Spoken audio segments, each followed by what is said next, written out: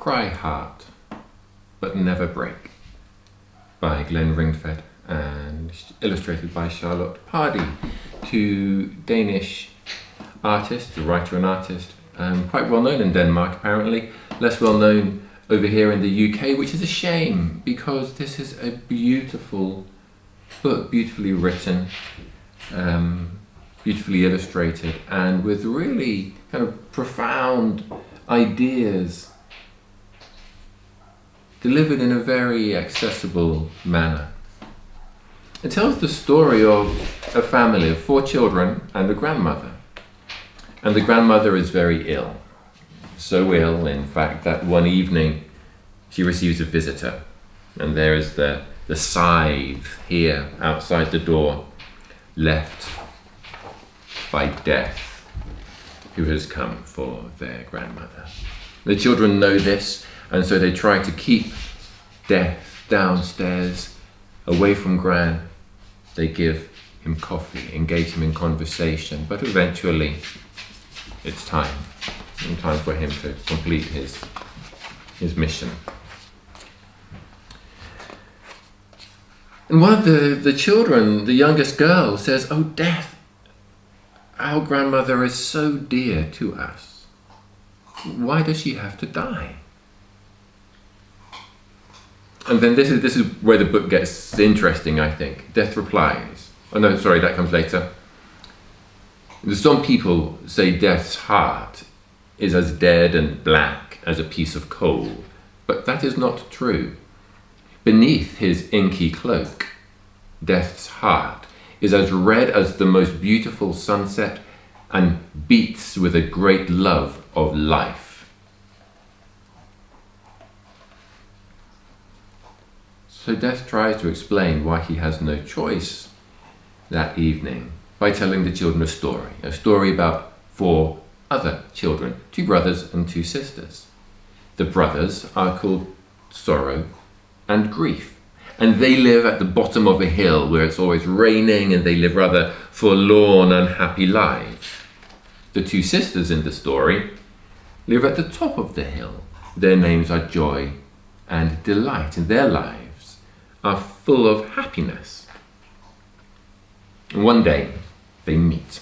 The brothers and the sisters meet, and they fall instantly in love, and they cannot live without each other. They're there, they move into houses together, live together, inextricable. And then Death goes on to explain, it is the same with life and death.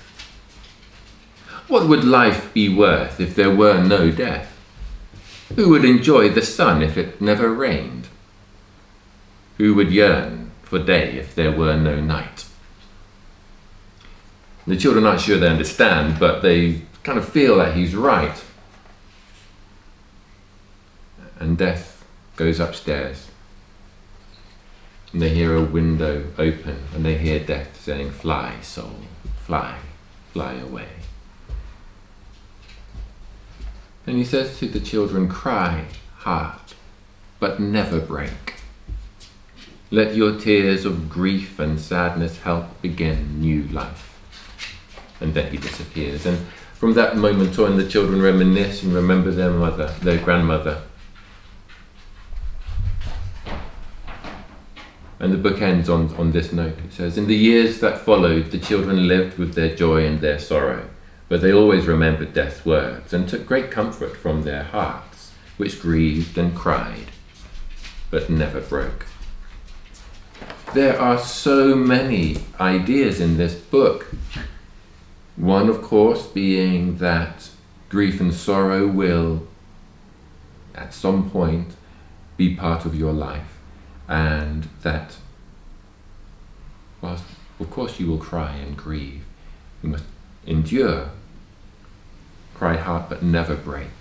Feel the pain, feel the sorrow, the sadness, but endure and keep going. And the other big idea which Death introduces to them is this idea that without death, life is meaningless. Without the shade and the shadow, there can be no light. And likewise, without the light, there can be no shade and shadow. And that's what gives meaning to life. And he makes that very accessible, I think. What the author, Glenn Ringfred, makes that very accessible to children through his story, through the relationship between grief and sorrow and delight and joy, the fictional children in his story. It's a wonderful book.